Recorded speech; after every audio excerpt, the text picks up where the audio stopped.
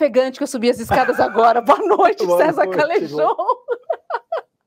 Começa agora, gente, o Sinapse, o seu ponto de encontro diário de entrevistas, aqui no Instituto Conhecimento Liberta. E aí, César Calejão, que dia! Eu vou repercutir com você essa operação da PF, né, que envolve o general Braga Neto, enfim, suspeita de corrupção ativa, passiva. E aí a gente vê de novo o nome das Forças Armadas envolvido em quase todo tipo de situação, não escapa uma, César.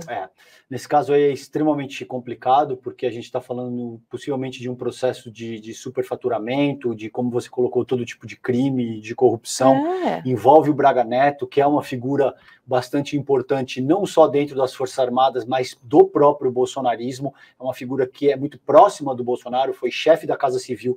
A Casa Civil é uma posição absurdamente estratégica dentro de qualquer governo, porque tem a função de articular, de estabelecer conversas e diálogos e tal. E o próprio Braga Neto é amigo pessoal do Jair Bolsonaro, entende? Então, isso é mais um indício de que as investigações avançam. Ao que tudo indica, existe sim bastante prova, bastante substância que comprometem essas pessoas, e por acaso o nosso entrevistado hoje é alguém que é um craque, é um pesquisador, é um doutor. Perfeito para o dia de hoje. Perfeito para o dia de hoje, para ajudar a gente a entender todas essas questões relativas ao hard news, à disposição sociopolítica mais imediata de como o país está organizado, mas também aquilo que a gente se propõe a fazer aqui no Sinapse, né, Rô? Que é aprofundar um pouco a perspectiva, é refletir coisas que transcendam o imediatismo daquilo que está sendo discutido naquele dia. Acho que o nosso convidado de hoje é ideal para que a gente tenha essa conversa. Até porque as Forças Armadas não saem do noticiário de jeito nenhum. Vamos chamar o Piero? Vamos lá. Oi, Piero Lierner. Boa noite, seja muito bem-vindo. Você é professor titular do Departamento de Ciências Sociais da Universidade Federal de São Carlos, também doutor em antropologia, e estuda há mais de 30 anos as Forças Armadas. Muito boa noite, seja bem-vindo ao nosso Sinapse. Boa noite, Roberta. Boa noite, César. É um prazer estar aqui com vocês. Muito obrigado pelo convite. Piero, é uma honra para a gente. Bem-vindo ao Sinapse. Vamos lá, Rô.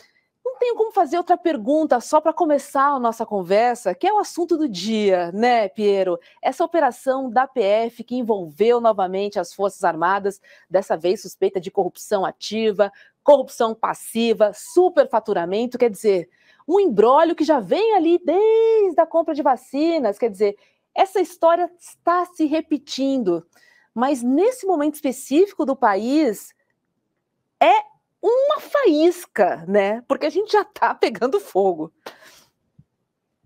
Olha, eu, de certa maneira, vi com uma certa surpresa essa notícia toda que aconteceu hoje. Eu nem sei se eu consegui dar conta de tudo, né? Que, enfim, aconteceu, que foi noticiado. Eu percebi algumas coisas. A primeira delas é que isso já foi feito com base num relatório do TCU que faz bastante tempo aí no ar, enfim, aparentemente não se constituiu uma novidade.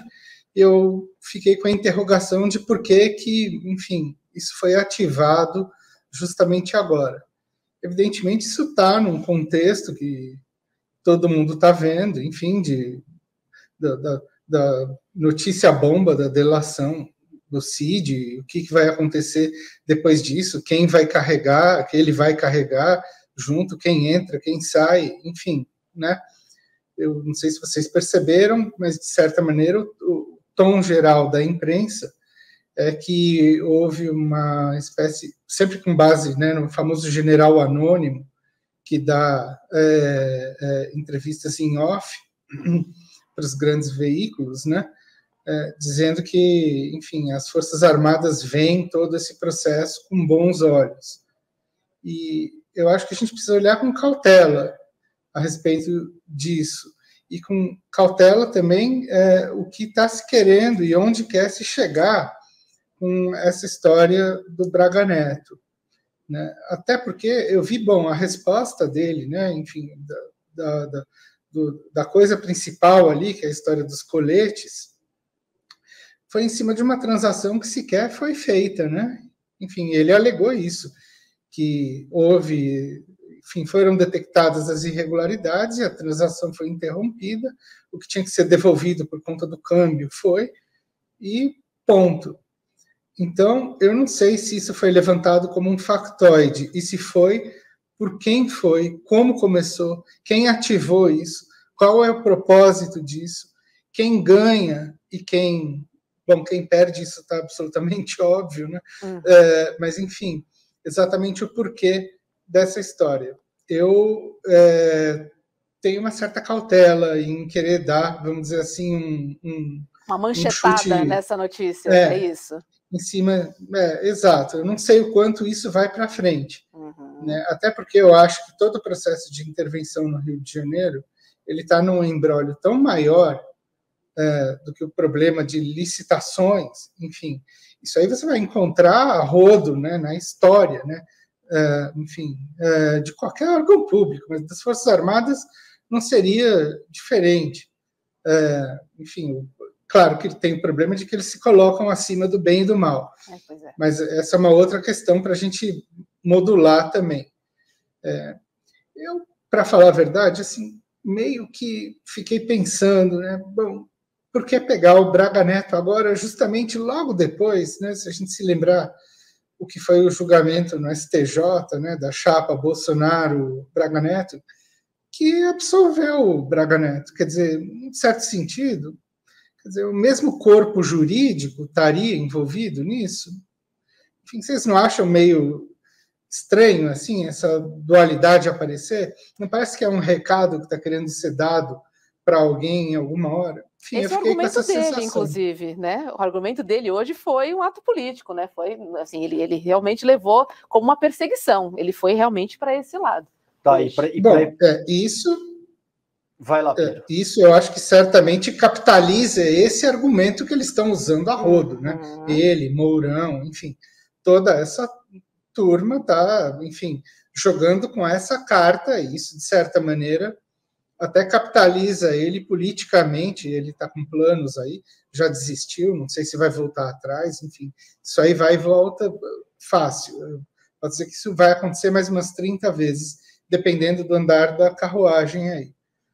Mas eu acho que tem um dado, talvez, que esteja no ar e que possa ter a ver com todo esse processo, que é o fato de que existe uma certa insatisfação na base entre, vamos dizer assim, praças suboficiais, enfim, com todo um processo que se revelou, vamos dizer assim, de distanciamento, especialmente salarial, de benefícios, etc., né? Durante o governo Bolsonaro, entre, vamos dizer assim, os oficiais generais que passaram e coronéis, né, que passaram a ganhar muito e ter muitos benefícios, e uma base que ficou mais ou menos achatada. Então, isso pode ser um recado que, veja bem, né, pode ter sido acionado internamente pela própria força, entendeu? Para acalmar os ânimos internos que estão rolando ali. Não sei, pode ser isso também. Tá. Não descartaria por completo essa hipótese. Agora, onde vai chegar com essa história? Não sei, porque poderia ter ido para 1000 lados, né? Vocês poderiam estar falando da Marielle agora, não poderiam? Sim. Tá, enfim, ele estava na intervenção. Sim. Para efeito de síntese e compreensão, o que você disse no começo dessa tua fala, então, me corrija se eu estiver errado, é que você vê uma dimensão bastante política, seja de qual natureza ela for, considerando essa ação da Polícia Federal que envolve o Braga Neto. Tem uma dimensão política por trás que está motivando isso? É basicamente isso que você está propondo? Ou eu te entendi errado? Não tem mais como não ter uma dimensão política, exato, porque a política já empastelou tudo desde lá de trás. Perfeito. Agora tudo entra nessa roda viva, né? Tá, e com base nisso, ótimo essa colocação, porque, a meu ver, tudo é absolutamente político. Não tem nenhuma decisão que seja permeada, seja na seara da economia, que seja tomada, seja na seara da economia, seja na seara, enfim, qualquer a seara que a gente possa considerar que não tenha uma dimensão política. Agora, Piero, eu gostaria da tua reflexão no seguinte sentido.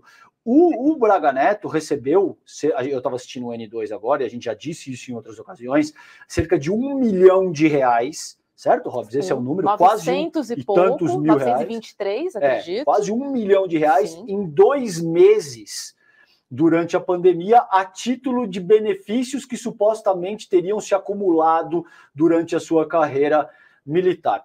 Com base nisso, com base nesse tipo de coisa, o povo brasileiro morrendo com o patógeno mais letal que a gente teve nos últimos 100 anos, ele confraternizando com golpistas, dizendo abertamente que aquelas pessoas não deveriam perder a esperança, que ele não poderia revelar os planos, tudo isso está gravado, não sou eu que estou dizendo.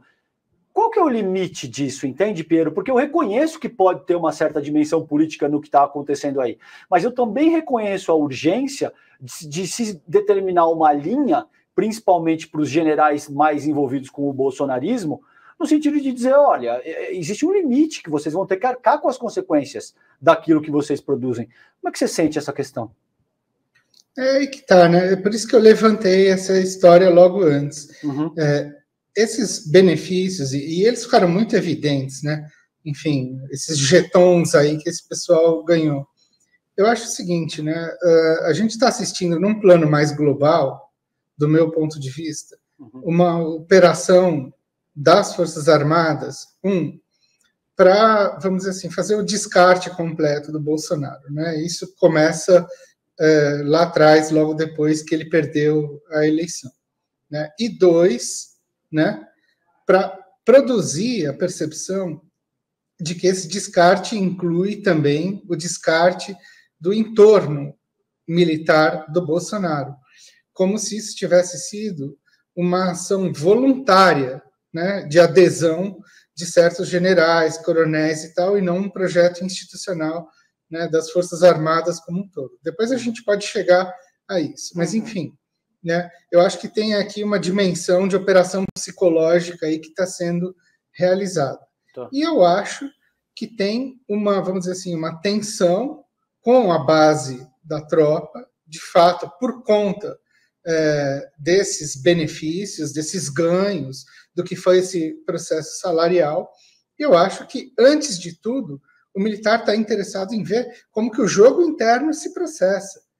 Em segundo plano, para eles, fica o resto da sociedade.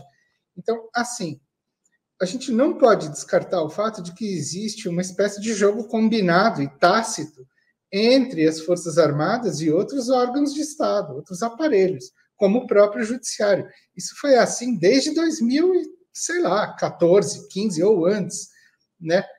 Esse é o processo que a gente tem que pensar, né, no longo prazo, e que, para mim, é o pior dos problemas institucionais que ocorreu. Quer dizer, como que chegamos até essa situação? A gente tem que ter uma leitura que monta esse quebra-cabeça desde lá de trás. Então, não é só pensar... Quer dizer, é sedutora a ideia, né, de que o Bolsonaro chegou no poder e que aí ele foi corrompendo os militares dele no entorno dele, né? Enfim, é exatamente essa leitura, vamos dizer assim, que as Forças Armadas querem consolidar, né? Enfim, de que onde o sujeito toca, o negócio parece que, enfim, né, vira o caos, né? E, vamos dizer assim, livrar a cara do jogo institucional que foi feito, inclusive com a intervenção federal em 2018, que é preciso dizer, isso foi um projeto deles. E foi um projeto deles para pavimentar a eleição do Bolsonaro. Ainda no governo Temer, né? Dentro do governo Temer. Mas tudo começou a ser criado dentro do governo Temer. Né? Aliás, governo Temer, que foi reduzido a pó, né, depois da história do grampo do Joesley, muito esquisito, um grampo dentro de um palácio, passar por todo o esquema de segurança, né, que era, na verdade, gerenciado pelo general Etchegóin, que sai o homem forte depois desse episódio e que tem no bolso o plano de intervenção que eles depois alegam que foi projetado pelo Temer e pelo próprio Moreira Franco, o que para mim só pode ser uma piada. Por quê? Porque eles ganharam muito com essa intervenção, por várias razões, né? Se vocês quiserem, a gente pode explorar elas mais na minúcia. Eu acho que a gente vai querer falar um pouquinho mais adiante sobre as intervenções. O que eu queria conversar com você agora, Piero, é o seguinte, né? O Brasil viveu uma tentativa de golpe, né? Que culminou com o dia 8 de janeiro. Aí, em relação às Forças Armadas, você diz o seguinte, olha, generais como Augusto Heleno, Vilas Boas e Sérgio Etchegóin estruturaram e pavimentaram a candidatura a Bolsonaro e depois estabeleceram uma central de controle. Queria que você explicasse para a gente como é que se estruturou essa tomada de poder através dos autos oficiais. Bom, esse é um longo processo, né? Uhum. A gente tem que pensar o seguinte, que desde o fim da ditadura, eles... enfim, isso é o que eu pude ver com pesquisa empírica, enfim, trabalho etnográfico que eu fiz, já desde os anos 90, eles nunca tiveram entendimento de que eles deveriam ser controlados, mas eles sempre tiveram o entendimento de que eles, de alguma maneira, teriam que tocar um projeto para o Brasil e estar no controle político, mesmo que indiretamente, mesmo que sendo uma, vamos dizer assim, uma espécie de agência de interconexão de elites que faria esse trabalho. Isso era claríssimo nos anos 90, com todo um trabalho que eles estavam fazendo, mas muita água rolou desde então, né? O que acontece é que lá pelo fim do governo Lula começa a virar uma chave ali e eles começam de fato a pensar em exercer um controle um pouco mais direto, ainda que seja de forma indireta, né? Eles não estavam mais e nunca tiveram, e eu acho que esse é o grande problema da gente levar a cabo essa noção de golpe para pensar o que aconteceu agora em 23. A ideia de que eles exerceriam diretamente o controle do poder, como foi em 64, né? Assumindo lá o telhado de vidro, né? Vamos dizer assim. Então, o que acontece? Eu acho que por volta de 2011, eu até alguns dias atrás achava que era meio na última hora, em 2014, né? Mas por volta de 2011, eles já começam a, vamos dizer assim, a acionar a figura do Bolsonaro para um trabalho interno dentro do Exército, em primeiro lugar, e nas Forças Armadas, em segundo, como uma espécie de político que vai estabelecer uma chancelaria para eles, primeiro no Congresso. Só que em 14, depois que a Dilma é reeleita, eles falaram, não, acho que a gente agora tem que, enfim, entrar para um caminho mais assertivo. E aí eles liberam o Bolsonaro para fazer campanha dentro de academia militar, e aí o negócio fica deslavado. Embora ele já tivesse presente na AMAN desde 2011, numa posição destacada. Veja bem, antes disso, ele era enxotado de lá. Ele não podia fazer campanha. De repente, tudo mudou? Não, não é assim que as coisas funcionam.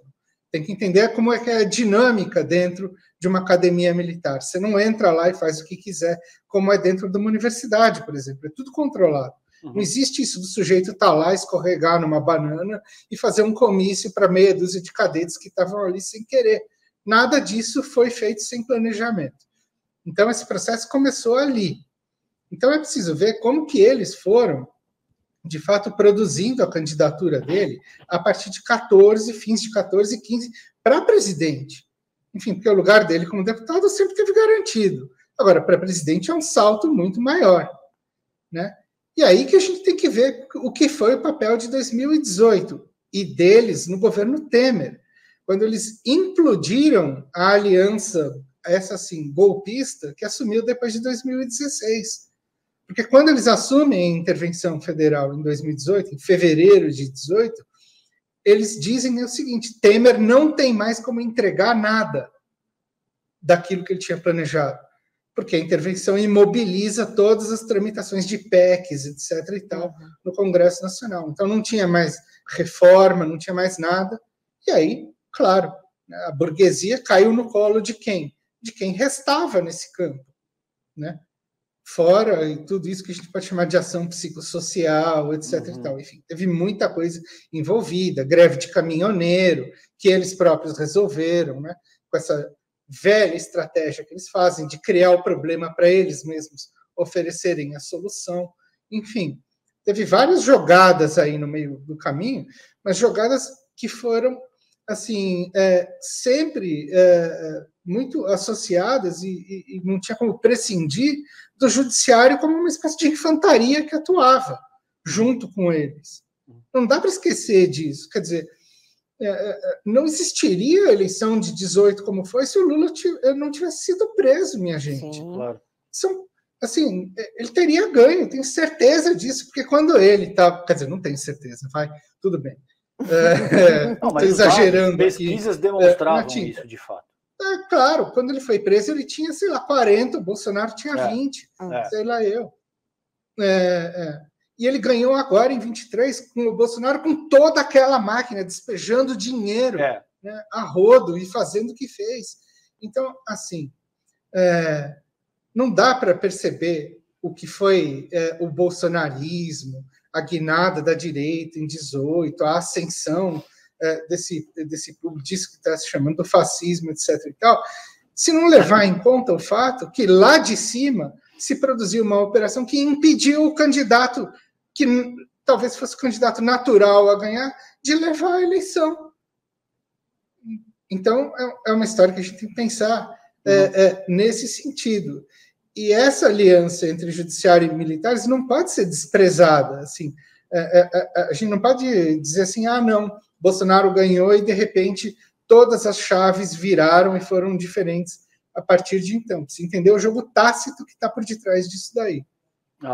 Piero, e eu quero te fazer uma pergunta que é o seguinte. Ao longo do século XX, me corrija se eu estiver errado, mas sempre houve essa tensão dinâmica dentro das próprias Forças Armadas entre um viés mais golpista e um viés mais legalista. Ao longo das décadas durante o século passado houve esse tipo de coisa. Você tem, por exemplo, a partir da década de 50, quando Getúlio se mata, você tem o Henrique Lott lutando por uma proposta muito legalista, você tem a Mamed, Távora, outros generais querendo de fato aplicar um golpe, mancomunados, por exemplo, com o Carlos Luz, que era o presidente da Câmara na ocasião, mancomunado com outras figuras, o Lacerda, por exemplo, que fazia o papel que alguns colegas de imprensa hoje fazem aqui, eu não vou citar o nome porque eu não acho que é o caso. Você não acha que também tem, tradicionalmente, esse legado histórico que tem essa tensão dinâmica entre golpismo e legalidade dentro das Forças Armadas e que, a partir de 2013, quando a direita liberal passa a utilizar aquele descontentamento da população com um modelo de democracia representativa para catalisar uma crise contra Dilma Rousseff e contra o PT, essa ala mais golpista do Exército percebe que surge ali uma oportunidade social para tentar avançar esse projeto ao qual você se refere. Faz sentido tudo isso? Como é que você avalia? Eu tenho uma leitura um pouco diferente aí. Eu acho que essa tensão entre golpistas e legalistas, ela existiu num mundo que existia a ideia de golpe, assim, quase como um fato consolidado, né, da política de N países, né, que vão, sei lá, do sul da Europa, passando para a Ásia, Sudeste Asiático, a África, a América Latina, em geral, enfim, sempre teve essa questão, enfim, de que estados com crises de hegemonia tinham militares que davam golpes e ocupavam. Mas, enfim, isso também ocorria num mundo de Guerra Fria e num mundo de, enfim, um cenário onde a guerra convencional era, vamos dizer assim, o grande paradigma da ação militar, com outras coisas que ocorriam ali. Enfim, né, quem fazia guerra revolucionária eram, enfim, os revolucionários, sei lá, e os militares respondiam de outra maneira, era um outro tipo de agenciamento da relação entre militares e Estado. Eu tenho a impressão que a partir dos anos 2000, a partir do, sei lá, não dá para dizer, bater a data certa como o 11 de setembro, mas, enfim, fim do século passado, 1000 contextos novos vão ocorrendo. Eu acho que esse tipo de tensão golpista, legalista, etc. e tal, vai desmanchando.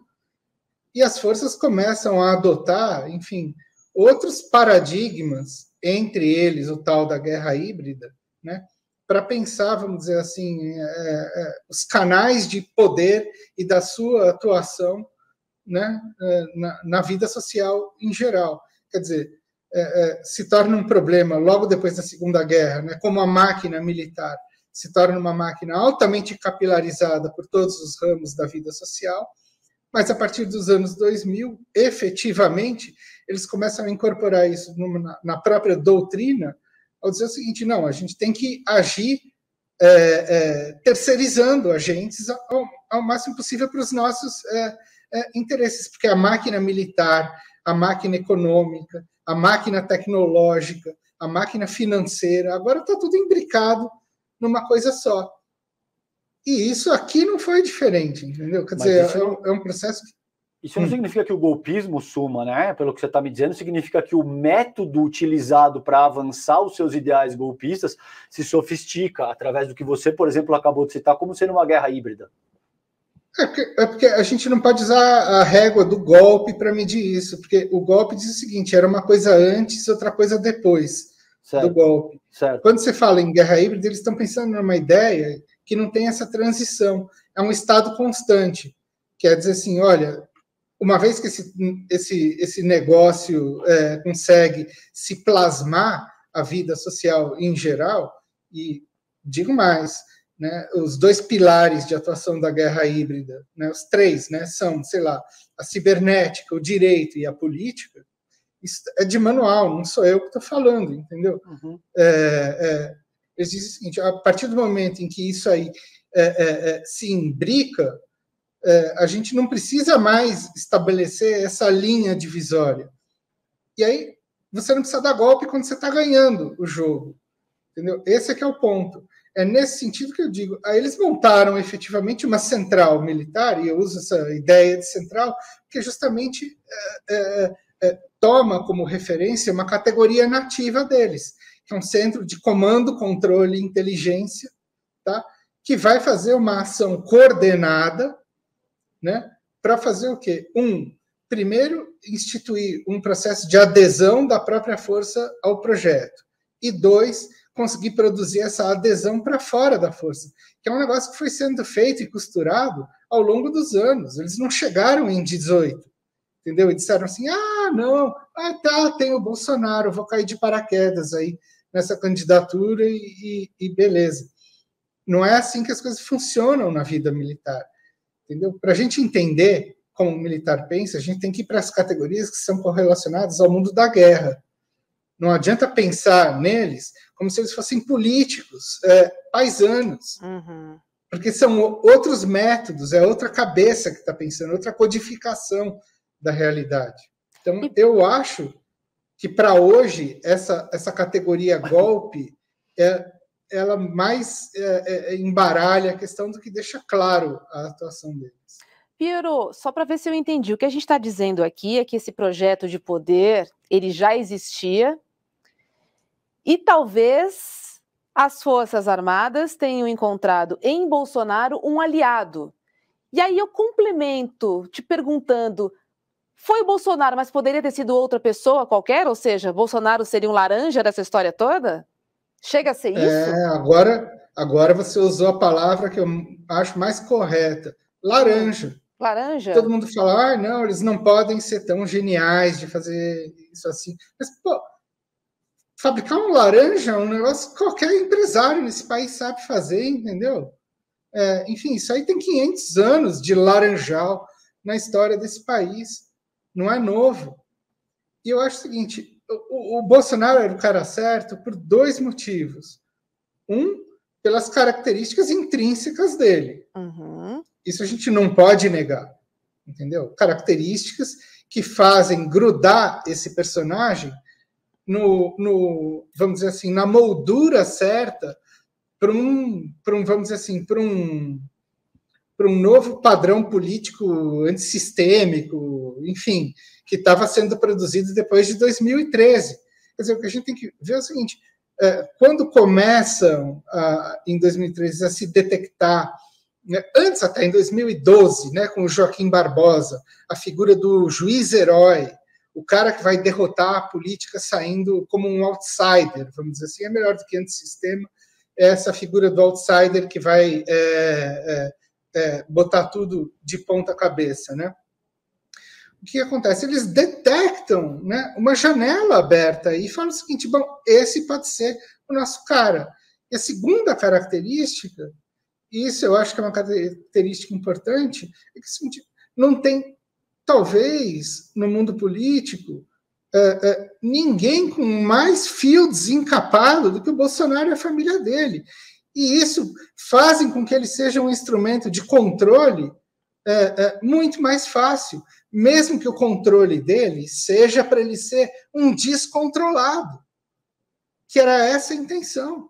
Ele se descontrola, quer dizer, ele se descontrola e eles vão lá, apagam o incêndio que o cara gerou, né? Esse é o processo, vamos dizer assim. E agora, enfim, nessa situação, tendo ele perdido a eleição, é absolutamente conveniente você transformar ele numa espécie de para-raio ou de homem-bomba, né, que vai fazer a bomba toda estourar no colo dele, né? Depois que você construiu a percepção geral de que foi ele que conduziu todo mundo a esse processo, inclusive os próprios militares. Ou seja, vamos dizer assim, é um construto, né, ideológico muito conveniente para as Forças Armadas, né, porque eles sempre podem jogar com duas frentes, né, com uma pinça, né, vamos dizer assim, bom, se não der certo por aqui, a gente vai e queima o fusível ali. E é exatamente isso que eu acho que está sendo feito. Né? As pessoas estão dizendo que o bolsonarismo vai sobreviver, etc. e tal, mas eu não estou enxergando essa situação tão clara, não. Se o ritmo continuar nesse patamar, assim, não vejo grandes futuros ali, nem para ele, nem para a família dele. Uhum. O Piero, e muito se falou que o golpe só não foi bem sucedido, muito se especulou a respeito disso, que o golpe só não foi bem sucedido porque, principalmente, o regime estadunidense não deu aval para que assim acontecesse. Outras grandes potências também teriam se negado a endossar o golpe de Estado no Brasil. Como é que você avalia isso? Você acha que isso é fato? Te parece pouco factível? Como é que você vê isso? Mas que golpe? Explica qual golpe. Para um golpe acontecer, tem que ter antes uma conspiração feita com vários atores chaves, em várias posições. Você acha que não teve nenhuma tentativa de golpe contra a democracia brasileira? Não, eu acho que teve um golpe de vista.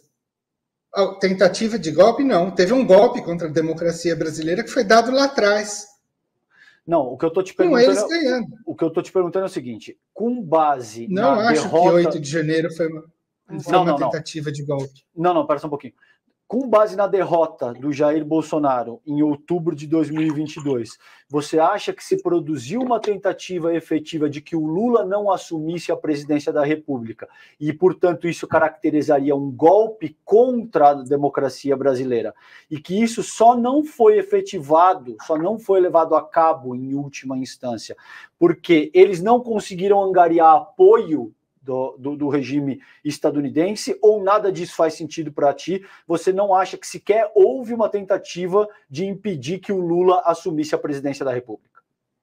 Não vejo, tanto que ele assumiu. Ok. Teve a produção de um fato no dia da diplomação, que foi realmente aquela coisa, a história do caminhão bomba que não explodiu, vamos dizer assim, um ensaio, né, um balão de ensaio sei lá, de uma micro-insurreição ali, que nada foi feito em cima daquilo. E a minuta que foi encontrada, data, a minuta que foi encontrada com Anderson Torres, com uma minuta descrevendo que aquilo ali... Mas que minuta? César, assim, essa minuta para mim tem o mesmo valor do papel de compra e venda do triplex que o Sérgio Moro achou na mão do Lula. Eu entendi teu raciocínio, ok.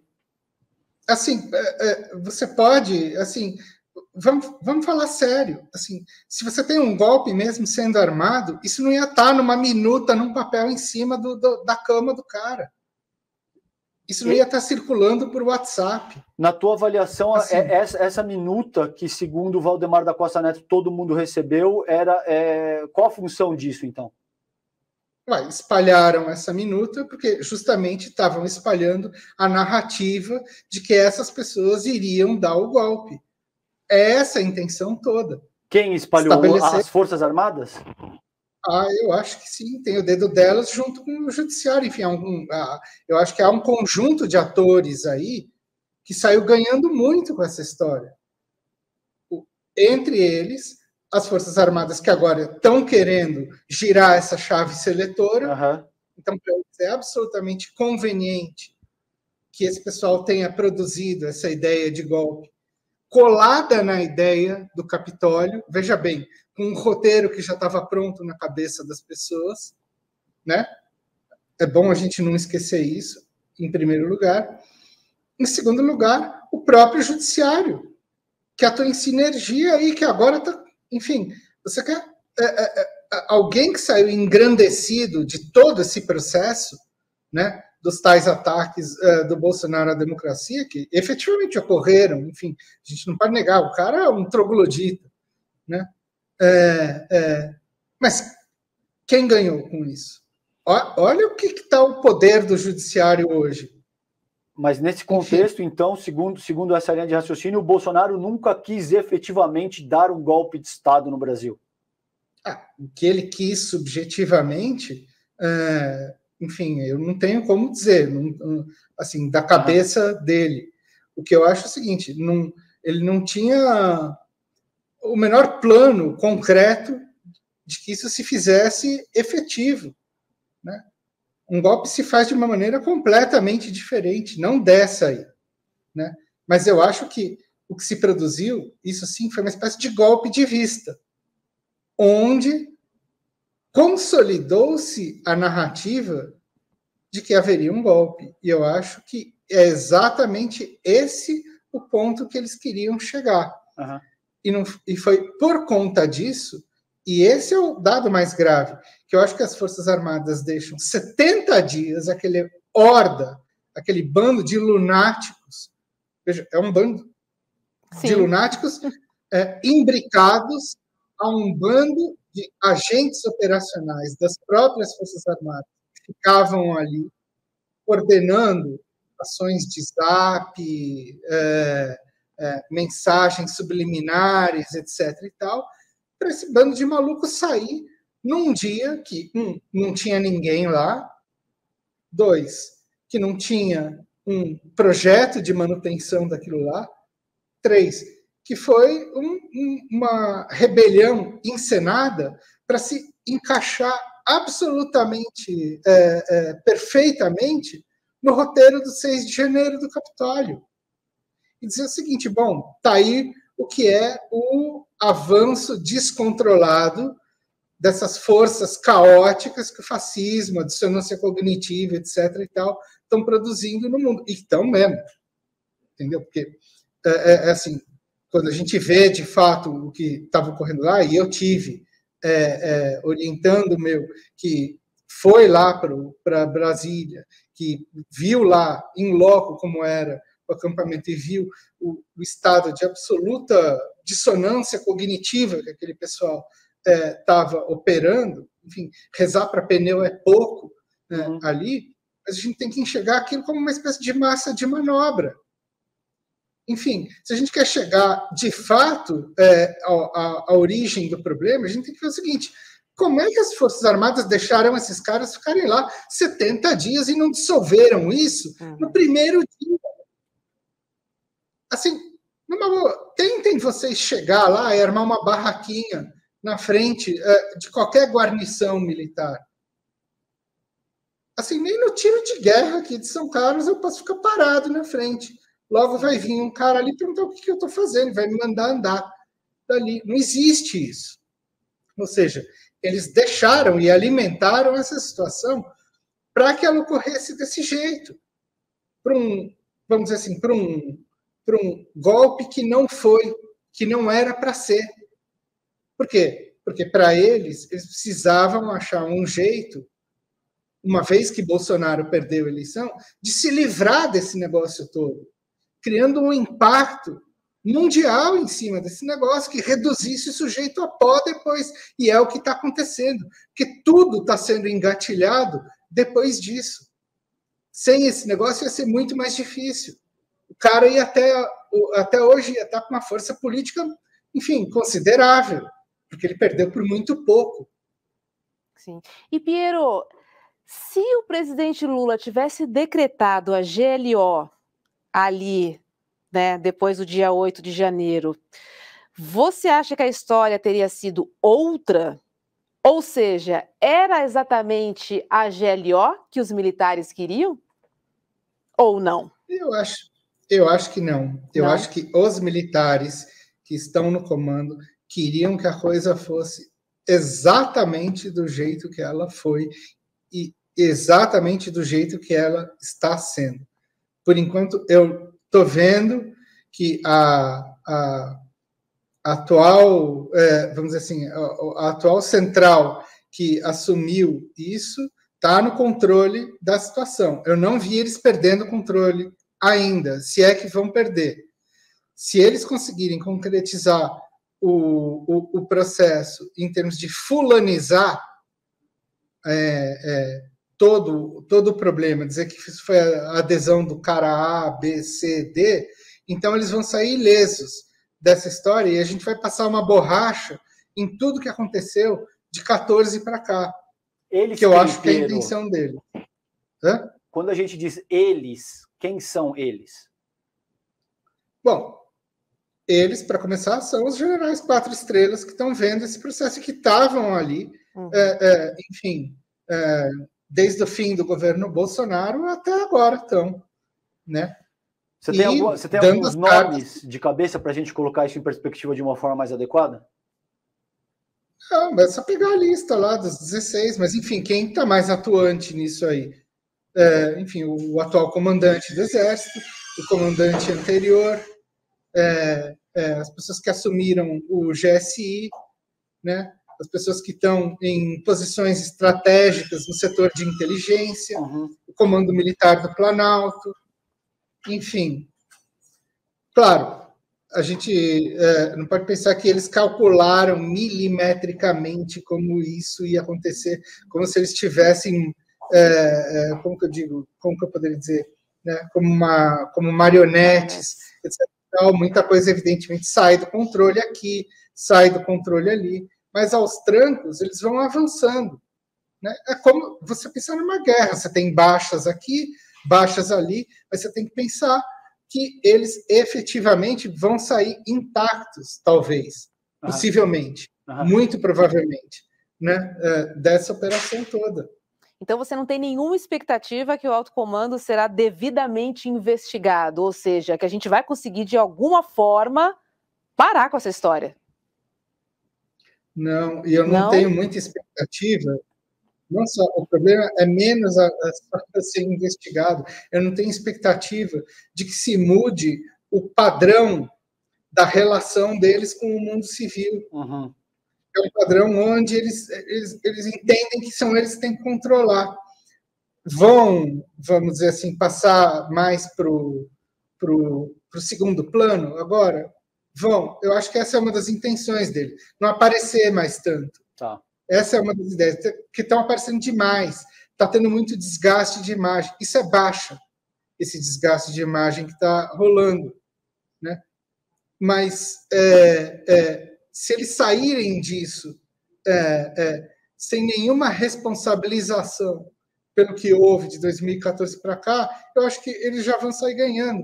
E, digo mais, não são só eles. O judiciário está saindo intacto do que eles fizeram de 2014 para cá. Uhum. O STF está saindo intacto. Uhum. E deixa eu te colocar algo que eu reparei ao curso da nossa conversa nesses 45 minutos aqui.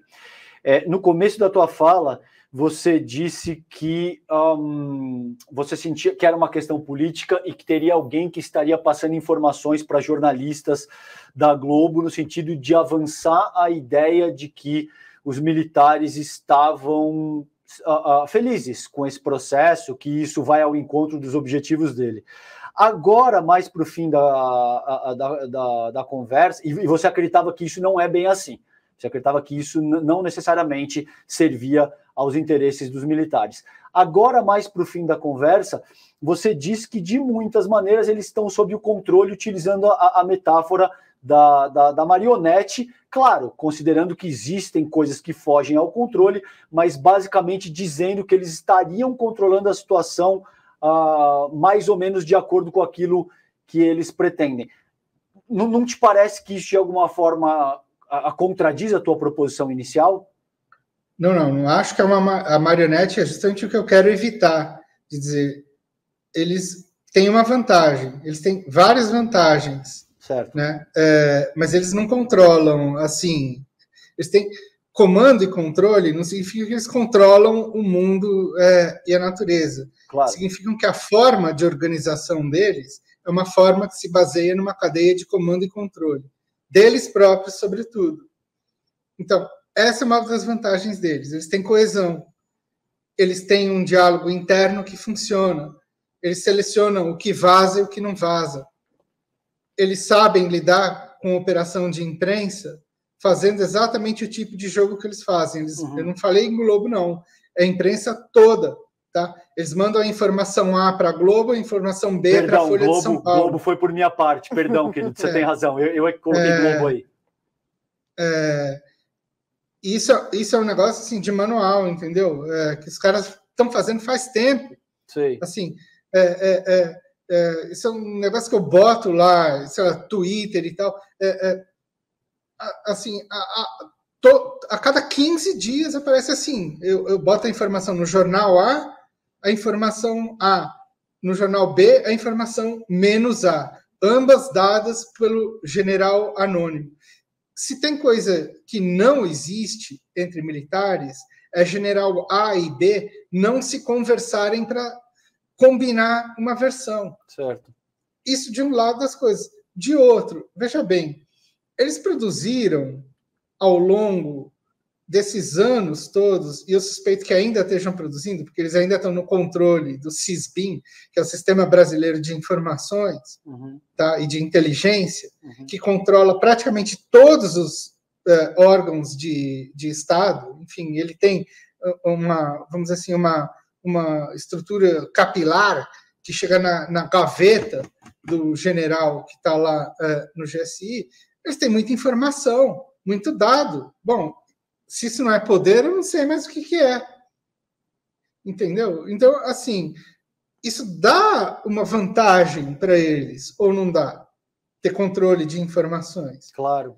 Quando o Braga Neto assume a intervenção no Rio de Janeiro em 2018, ele dá uma entrevista dizendo o seguinte: olha, nós vamos montar aqui um aparato de comando, controle e informações que vai mapear tudo que ocorre na cidade do Rio de Janeiro. Isso inclui polícia, políticos e a bandidagem. E quem mais você quiser. E aí ele diz o seguinte: isso aqui vai ser o modelo de informações para o próximo governo. Quer dizer, o modelo do Grampo-Geral da República. Agora, vem cá, ele fala isso em fevereiro de 19. Ele já tinha certeza absoluta que o próximo governo ia ser o modelo de implantação desse sistema. Né? Até agora, eu não vi esse sistema ser arranhado.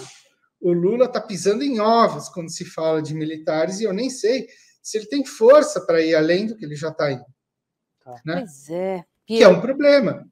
Muito. Eu queria te perguntar exatamente o que você está achando da atuação, né, do ministro da Defesa, José Múcio. E a minha segunda pergunta é: como a gente para essa gente? Como? Olha, a atuação dele é a atuação invertida. Ele não é a interface da área política junto à defesa. Ele é o representante dos interesses das Forças Armadas junto ao mundo político. É isso que ele tem feito. Enfim, é uma inversão completa de papéis, né? Enfim, os meus colegas que estão mais acostumados, os da ciência política que estão mais acostumados a tratar disso que se chama relações civis militares, controle civil dos militares, enfim, eles acham que tem uma série de dispositivos, como Política Nacional de Defesa, enfim, talvez a elaboração de uma nova estratégia, mexer num problema mais a fundo, que é, vamos dizer assim, a instituição de um paradigma meio neoliberal gerencialista, que tem a ver com as doutrinas de guerra de quarta geração. Enfim, acho que isso aí podem ser grandes mudanças, mas eu sou muito cético em relação a isso, porque eu acho que isso não é só um problema brasileiro. Isso, na verdade, é um modelo que foi se estruturando, enfim, que, vamos dizer assim, a matriz desse troço está lá nos Estados Unidos, entendeu? E aqui resolveu copiar o modelão de lá, fazendo uma espécie de pentágono bananeira. Pentágono sei lá eu, é quer dizer, bom. O projeto dos caras era fazer isso, uma espécie de vamos dizer assim, de jogo, vamos dizer assim, corporativo / institucional, onde não interessa mais qual é o governo que assuma. A posição deles como centro operacional do Estado, que diz o que pode e o que não pode rodar, e, de novo, de mãos dadas com outro poder não eleito, tá? Que é o judiciário, isso aqui tende a ser uma operação de longo prazo, né? E a gente tem que ver como que os dispositivos legais, infralegais, etc. e tal, vão ser produzidos ao longo dos próximos anos para tratar dessa questão. E eu tenho a impressão que, do ponto de vista deles, quanto menos eles aparecerem, mais vantajoso é. Então, assim, eu sou cético. Agora, como controlar isso no mundo de hoje? Puxa vida, eu sinceramente não sei responder isso, não. Não, mas acho que a tua ponderação já é muito pertinente no que diz respeito a organizar uma reflexão que seja boa nesse sentido, porque uma resposta categórica com uma fórmula pronta, de fato, acho que ninguém tem. E se uma pessoa gabaritada, um doutor, né, nessa ciência que estuda isso a vida inteira como o Piero não tem, não acho que ninguém vai ter uma fórmula pronta para isso, mas essa reflexão é extremamente pertinente. E a pergunta de todo jornalista, César, desculpa, mas a pergunta de todo jornalista é: quando chegaremos na cúpula? Assim, em todos os canais de TV, na mídia impressa, mas acho que é isso. Lugar, acho que o que ele está propondo é isso. E aí, quando a gente tem essa reflexão do Piero, chegou a me dar um choquinho, assim, porque, enfim, me parece que não temos uma saída a curto prazo e uma saída fácil para essa questão. Mas qual cúpula? Porque o que eles estão produzindo é isso, entendeu? O que interessa é manter a posição, não a pessoa necessariamente dita. Quer dizer, você pode chegar à cúpula aqui e ali, pegar 1, 2, 3 caras e tal, mas o que vai ser feito é produzir essa ação para preservar o resto, é esse o ponto, né? A estrutura continua lá, né? É muito mais estrutural do que conjuntural nesse sentido.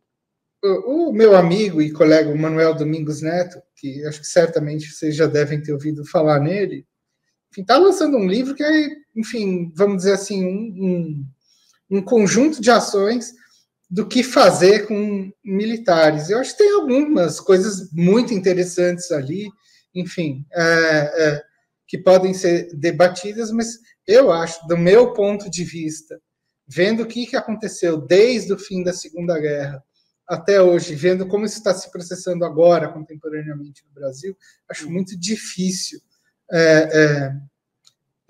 enfim, ter uma reviravolta tão cedo. A não ser que a conjuntura mude muito, enfim. E com base nisso, o que eu ia te perguntar é o seguinte, considerando que você diz aí que é um problema muito mais estrutural do que propriamente da conjuntura que a gente tem estabelecido, você acha que faria uma diferença, Piero, uma outra pessoa no lugar do Múcio? Uma outra pessoa seria capaz de fazer uma diferença significativa?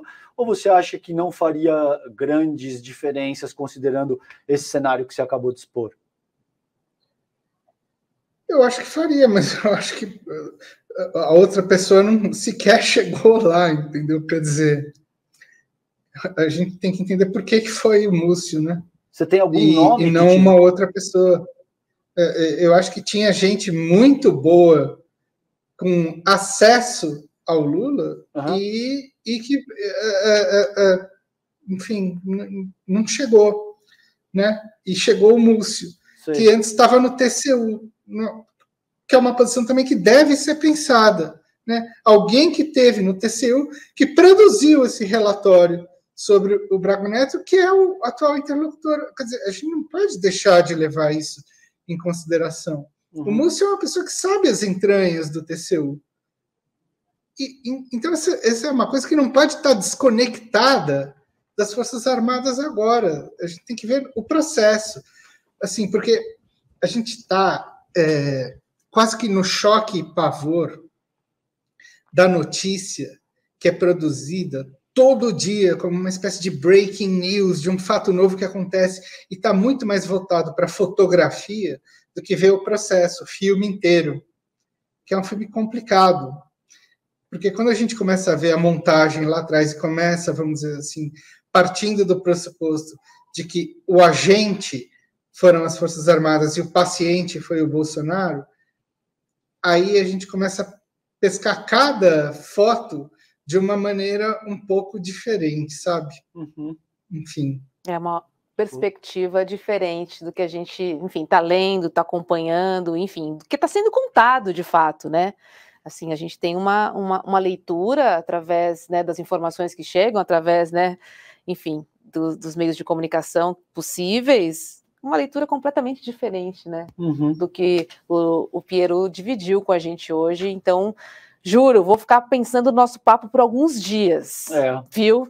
Alguns dias. E em breve a gente marca uma outra conversa, Piero, porque o teu papo é muito bom, a qualidade da reflexão que você traz para a mesa é absolutamente pertinente, e uma hora só passou rápido demais, né? Ainda tem, para encerrar, Rô, a gente está indo para os minutinhos finais, né? Mas eu gostaria, nesses 2 minutos finais, Piero, que você contasse um pouco do teu livro, que você... a gente estava conversando um pouco aqui no bastidor, antes da gente entrar no ar. Fala um pouquinho para a gente qual que é o título do livro, o que você traz nessa obra. Bom, o livro, que eu acho que vocês estão se referindo, é o Brasil no Espectro de uma Guerra Híbrida, porque ele foi editado em 2020. Ele é quase um facsímile da minha tese de titular, né? Quando, enfim, fiz a minha defesa em 2019, portanto, escrevi ele no ano de 2019. Está na segunda edição já, que foi, enfim, feita agora em 2022, com algumas pequenas alterações. E, enfim, qual é a ideia, né, que eu associo à história da guerra híbrida nele? É preciso entender que ela é um pouco diferente da noção de revolução colorida, né, tal qual foi popularizado, vamos dizer assim, por vários, enfim, intérpretes do que ocorreu, especialmente a partir de 2013. Tá? Para mim, a ideia de guerra híbrida está muito mais associada a uma ação militar, ao modo pelo qual, como categoria nativa, eles produziram um conjunto de ações e ideias que, vamos dizer assim, culminou nesse processo de transformação do Bolsonaro no laranja deles, enfim, na tomada do Estado, né? Enfim, do governo, e na montagem desse aparelho todo, que eles fizeram. Ou seja, a ideia de guerra híbrida, que eu sou antropólogo, né, está associada a uma noção que é uma categoria nativa, acima de tudo. Enfim, ela não é uma ideia que eu peguei exterior assim para aplicar como se fosse um caso. Entendeu o seguinte, qual é o papel dos militares de 2014 até aqui? Qual é a parte deles nesse latifúndio? E aí eu uso essa ideia de guerra híbrida para tratar disso, que inclui um pouco vários elementos que a gente pensou aqui.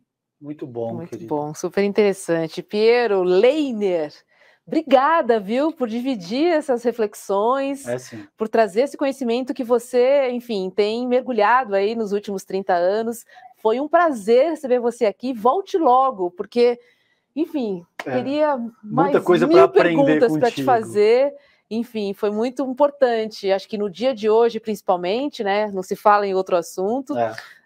Mas, enfim, de acordo com os últimos anos aí, todas as manchetes, todas as participações dos militares em governos, né, em cargos civis, enfim, essa contaminação, né, que dizem aí das Forças Armadas, e esse futuro, né, pelo menos, se não for no médio, pelo menos no longo, mas que aconteça alguma coisa aí, porque a democracia definitivamente não pode ser ameaçada. E acho que é importante para tirar o debate do senso comum, tudo que o Piero traz hoje aqui, leva o debate para um nível de sofisticação muito mais profundo do que o que a gente tem geralmente sendo ventilado no senso comum. Então, obrigado, querido, obrigado pela tua contribuição. Foi um prazer falar contigo hoje, Piero.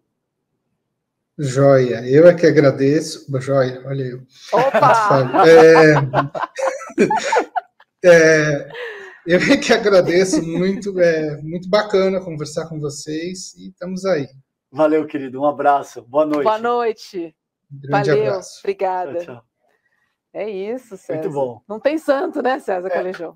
Não tem santo nessa história toda. E você vê que é uma outra perspectiva, porque é alguém que entende essas coisas de um ponto de vista muito superior ao nosso, no que diz respeito ao estudo, no que diz respeito à vivência. A estrutura, então, é muito bom ter esse tipo de conversa, de aula, porque te abre outras possibilidades que até então a gente simplesmente não tinha pensado, em virtude de não ter contato com um acadêmico desse porte, dessa categoria. Muito boa, gostei muito da entrevista. Ele dizer que o Bolsonaro é laranja foi boa.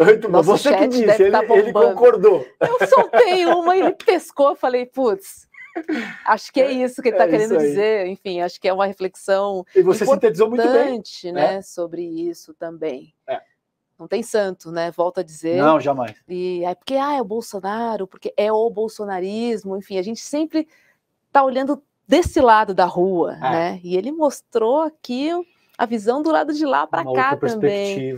Bem importante também para a gente considerar. É isso aí. Gente, espero que vocês tenham gostado. A gente adorou o papo de hoje. A gente sempre aprende muito, né? A gente sempre comenta isso toda depois noite, dos programas. A gente sempre aprende demais com as entrevistas que a gente conduz aqui no Sinapse. Eu espero que esse seja o caso para vocês também. Você que deu o nome do programa Sinapse, né?